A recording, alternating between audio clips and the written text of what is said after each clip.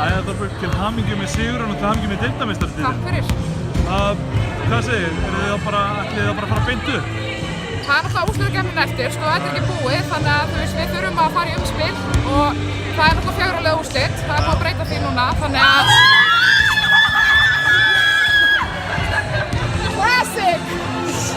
Já, og við þurfum að fara í umspil, þannig að þetta er ekki búið og það er nóg eftir, það er eiginlega rauninni bara 60 hlutin eftir, þannig að við erum bara að fara að græja okkur fyrir það núna í næstu viku þegar eftir síðasta leikinn. Voru það eitthvað að undirbúið ykkur sérstaklega fyrir þennan leik versus ykkur aðra? Nei, bara spilum bara alltaf, reynum að spila bara eins góða vörn og við getum og keyra þetta upp í sókninni og já, nei, það var engin sérstakur undirbúningur og eins og ég segi að við erum búin að vera svolítið fámennar þannig að við bara hver og einu verðum að stíga upp og þú veist, já. Verða það komnar aftur við úrslitakeppnina stefnurnar sem úti?